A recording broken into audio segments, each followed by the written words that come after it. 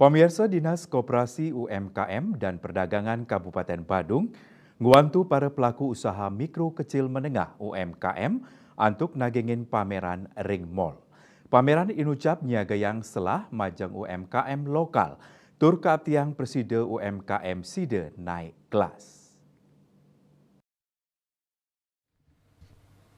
Kadis Koperasi UMKM dan Perdagangan Badung Made Widiana Matutang Yening sampun ngerancang program untuk ngewantu para UMKM ring widang promosi.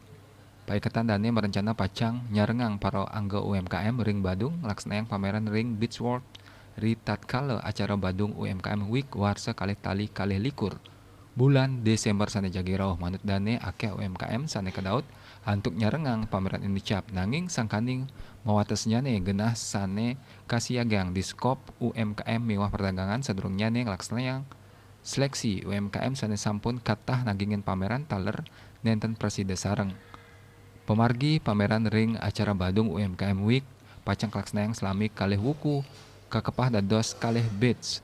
Inggih punika batch 1 kelaksanaan selami awuku lantur batch 2 taler memargi selami awuku sawilang batch inucap kasuguhang pameran saking ulu likur UMKM ring pemargi punika wantah muatang 56 UMKM nanging sane sampun mendaftar wenten 100 kalih dasa UMKM Parwate Bali Pos.